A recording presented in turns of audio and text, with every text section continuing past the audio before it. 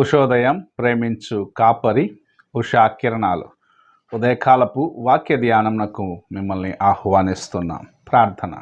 మమ్మల్ని మిక్కిలిగా ప్రేమిస్తున్న పరలోకపు తండ్రి, ఈ ఉదయకాల సమయమునకై వందనములు చెల్లించుకుంటున్నాం. మమ్మల్ని ప్రేమించి మరి యొక్క దినమును అనుగ్రహించిన నీ కృప కొరకు వందనాలు చెల్లించుకుంటున్నాం తండ్రి. ఇలాగూ ప్రతి దినము మాతో మాట్లాడుచున్న నీ యొక్క నాయన ప్రేమ కొరకు వందనాలు చెల్లించుకుంటూ ఈ ఉదయ కాలమున నాతోనూ కార్యక్రమం వీక్షిస్తున్న ప్రతి ఒక్కరితోనూ మాట్లాడము. నీ వాక్యపు వెలుగులో మా జీవితాలను చక్కపరుచుకునే దానికి సహాయము చేయము. కార్యక్రమం వీక్షిస్తున్న ప్రతి ఒక్కరూ వినగలిగిన చెవిని, నీ వాక్యమును దేవా తమ జీవితంలో అనుభవించగలిగిన కృపను అనుగ్రహించమని యేసు పరిశుద్ధ నామమున అడిగి వేడుకుంటున్నాను పరమ తండ్రి, ఆమేన్. ఈ ఉదయకాలపు వాక్యము రాజులు 2వ గ్రంథము 4వ అధ్యాయము 4వ వచనము మరియు 5వ వచనమును చదువుకుందాం. అప్పుడు నీవు నీ ఇంటిలోనికి వచ్చి నీవును నీ కుమారులను లోపల నుండి తలుపు మూసి ఆ పాత్రలన్నిటిలో నూనె పోసి నిండినవని ఒక తట్టున ఉంచుమని ఆమెతో సెలవీయగా, ఆమె అతని యొద్ద నుండి పోయి తానును కుమారులను లోపల నుండి తలుపు మూసి కుమారులు తెచ్చిన పాత్రలలో నూనె పోసెను. చదవబడిన వాక్య భాగములో ప్రవక్తల శిష్యులలో ఒకని భార్య ఎలీషా దగ్గరకు తన యొక్క సమస్యను తీసుకొని రావటం చూడగలము. ప్రవక్త అయిన ఎలీషా ఆమెకు ఇచ్చిన సలహాను ఆమె క్షుణ్ణముగా పాటించిన కార్యమును ఇక్కడ మనము చూస్తూ ఉన్నాము. ఈ అధ్యాయంలో మొదటి 7 వచనంలో మనము చదివినట్లయితే జరిగిన సంఘటన మనము చాలా తేటగా తెలుసుకొనగలం. తన భర్త సేవకుడుగా ఉన్నాడు లేదా శిష్యుడుగా ఉన్నాడు.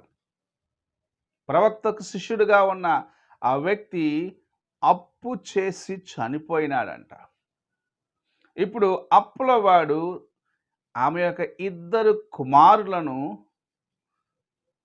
తనకు బానిసలుగా ఉండినట్లుగా తీసుకొని వెళ్ళేదానికి వస్తే ఆమె చేసిన కార్యము ఎవరి దగ్గరికైనా వెళ్ళి సహాయము అడగలేదు. కానీ ఇంతవరకు నా భర్త సేవలో ఉన్నాడు, ఈ సమయమున నేను దైవజనుని యొక్క సలహా కోసము లేకుంటే ఆయన యొక్క మాటను ఎదురు చూస్తూ ఆయన దగ్గరకు వెళ్తాను అన్న రీతిగా ప్రవక్త అయిన ఎలీషా దగ్గరకు రావటం చూడగలము. ఆమె చేసిన కార్యంలో చాలా ప్రాముఖ్యమైనది. ఆమె ఇతరుల దగ్గరకు వెళ్ళి సహాయం కోసం నిలబడలేదు. ఒకవేళ అలాగ వెళ్ళినట్లయితే వారు సహాయము చేసి ఉండకపోవచ్చు. అయితే ఆమె మొదటిగా ఉద్దేశించిన కార్యము దేవుని సేవకుని దగ్గరికి వెళ్ళటము. దేవుని సేవకుడు ఏమి చెప్తాడో అది చేస్తానన్న రీతిగా తను తాను సిద్ధపరచుకొని అక్కడికి వెళ్ళినది.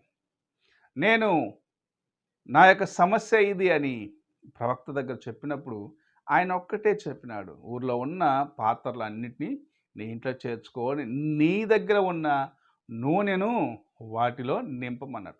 ఆమె ఆ మాటను విశ్వసించినది. ఆమె ఎలీషా చెప్పిన మాటకు లోబడినది. నా దగ్గర కొంచెము నూనె ఉంది బుడ్డిలో, ఈ నూనె ఈ అన్ని పాత్రలను నింపగలిగిద్దా అన్న ప్రశ్న ఆమె హృదయంలో రావాలి. అయితే దేవుని సేవకుడు చెప్పినాడు గనుక నేను ఆయన చెప్పిన రీతిగా చేస్తానని ఊరిలో ఉన్న పాత్రలన్నిటినీ తెచ్చి తన ఇంటిలో వాటిని పెట్టి తాను తన కుమారులు ఆ ఇంటిలో తలుపు వేసుకొని దేవుని యొక్క కార్యమును అనుభవించేదానికి సిద్ధపడటం మనం చూస్తున్నాం. ఈ దినములలో మన జీవితంలో ప్రభు ఒక కార్యమును చేయాలి, ఒక అద్భుతమును చేయాలి, ఒక విడుదల నీకు కావాలి అని నీవు ఆశించినట్లయితే మొదటిగా దేవుని సేవకుల యొక్క సలహాను నీ జీవితంలో అనువయించేదానికి, ఆ వాక్యము వారు చెప్పే ఆ సలహా ప్రకారం నడుచుకునేదానికి నీ హృదయాన్ని మొదటిగా సిద్ధపరచాలి.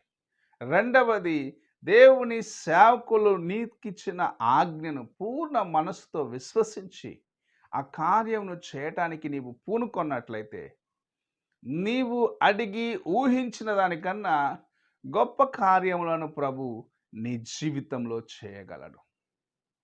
ఇక్కడ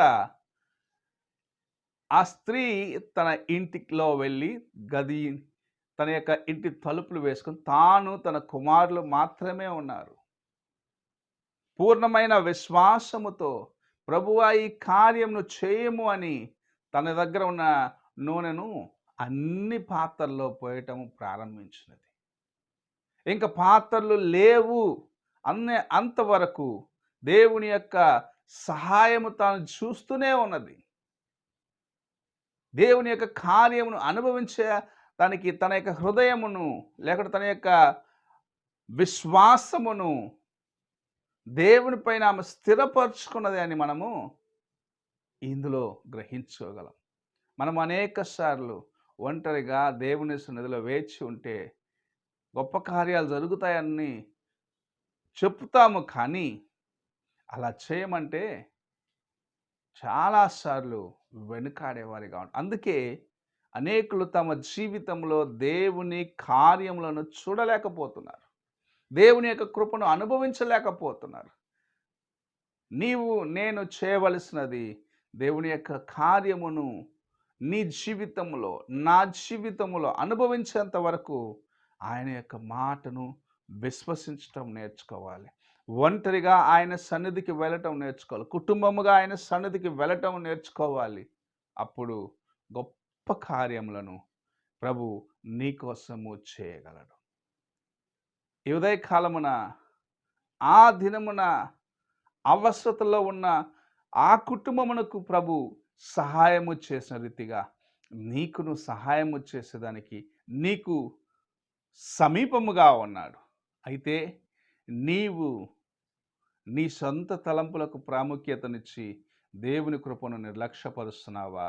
లేక దేవుని యొక్క ఆజ్ఞను, ఆయన యొక్క వాక్యములో ఉన్న కార్యములను పఠిస్తూ వాక్యానుసారముగా నడుచుకుంటూ దేవునితో సమయమును గడుపుతూ నీవు నీ ఇంటి వారు ఆయన సన్నిధిలో వేచున్నట్లయితే లోకములో ఉన్న వారి కన్నా గొప్పవాడు నీతో ఉన్నాడు గనుక నీవు అడిగి ఊహించిన దానికన్నా గొప్ప కార్యములను నీ పట్ల నెరవేర్చగలడు.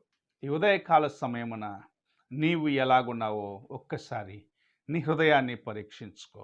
ప్రార్థన చేసుకుందాం. పరిశుద్ధుడైన యేసయ్య, నీ కార్యములను మా జీవితంలో అనుభవించాలంటే మొదటిగా నీ వాక్యమును మా యొక్క హృదయంలో విశ్వసించాలి. రెండవది, నీ సేవకులు చెప్పే మాటలకు లోబడే కార్యమును నాయన మా జీవితంలో కలిగి ఉండాలని నీ వాక్యము సెలవేస్తుంది. అలాగుండుటకు మాకు సహాయము చేయము. ఈ ఉదయకాలమున కార్యక్రమం వీక్షిస్తున్న ప్రతి ఒక్కరిని మీ హస్తములకు అప్పగిస్తూ వారి యొక్క విశ్వాసమును స్థిరపరచమని, వారి ఇంకా నీకు సమీపముగా రావటానికి నీ కృపను దయచేయమని, బలపరచమని యేసు పరిశుద్ధ నామమున అడిగి వేడుకుంటున్నాను పరమ తండ్రి. ఆమెన్. తండ్రి అయిన దేవుని ప్రేమ, కుమారుడైన క్రీస్తు కృప, ఆదరణకర్త అయిన పరిశుద్ధాత్మక సహవాసము ఎప్పుడును ఎల్లప్పుడూ తోడయండి సదాకాలము నడిపించునుగాక. ఆమెన్.